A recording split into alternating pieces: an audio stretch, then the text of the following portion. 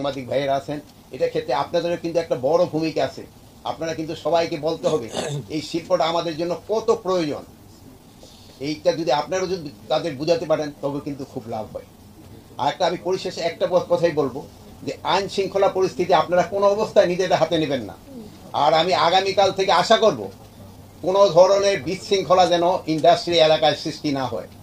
যদি আগামীকাল থেকে কোনো রকমের ইন্ডাস্ট্রি এলাকায় সৃষ্টি হয়, এই জন্য কিন্তু আপনারা যারা সিগনেচার করেছেন আপনারাই কিন্তু দায়ী হবেন।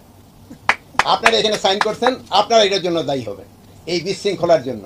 সেই সময় আপনারা কিন্তু পিছু হতে পারবেন না। তা আমি আপনারা এখানে যারা উপস্থিত আছেন, আপনারা যদি সবাই চেষ্টা করেন, আমার মনে হয় আইন শৃঙ্খলা পরিস্থিতি কোনোভাবেই অবনতি হবে না এবং আগামীকাল থেকে সব শিল্প খোলা থাকবে।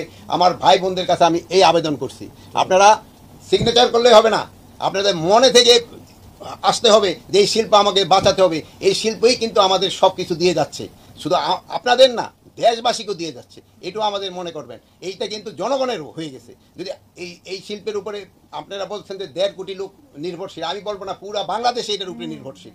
এই জন্য আপনাদের খেয়াল রাখতে হবে।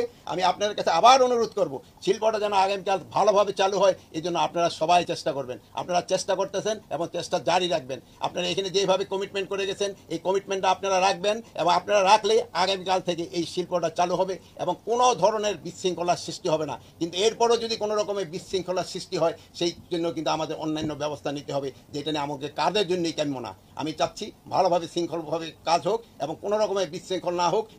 এই দোয়া করে আমি সবার কাছে আবার আমি অনুরোধ করব, আপনারা ভালো থাকেন এবং দোয়া করি আপনারাও ভালো থাকেন, আমাদেরও ভালো রাখেন এবং এই শিল্পটাকে বাঁচান, দেশটাকে বাঁচান। আল্লাহ হাফেজ।